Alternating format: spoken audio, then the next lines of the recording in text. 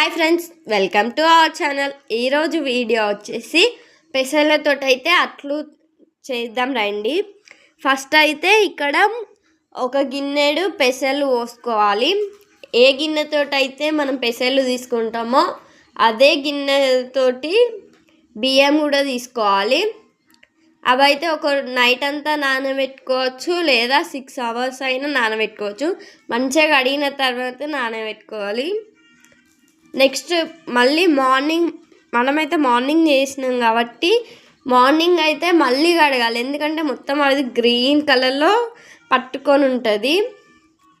So మళ్ళీ కడగాలి. Next వచ్చేసి ఇళ్ళనైతే పచ్చిమిర్చి, ఉల్లిగడ్డ, ఎల్లిపాయ, జీలకర్ర వేసుకోవాలి. నెక్స్ట్ అయితే ఇవి నానబెట్టుకున్నవి ఉంటాయి కదా, అవి కూడా కొన్ని పోసి ఫస్ట్ మంచిగా మెత్తటి పేస్ట్ వచ్చేటట్టు పట్టుకోవాలి. తర్వాత లాస్ట్లో కూడా అన్నీ అట్లనే పట్టుకోవాలి. దోశ బ్యాటర్ అయితే ఎలా ఉంటుందో ఇది కూడా అట్లనే మెత్తగా పట్టుకోవాలి.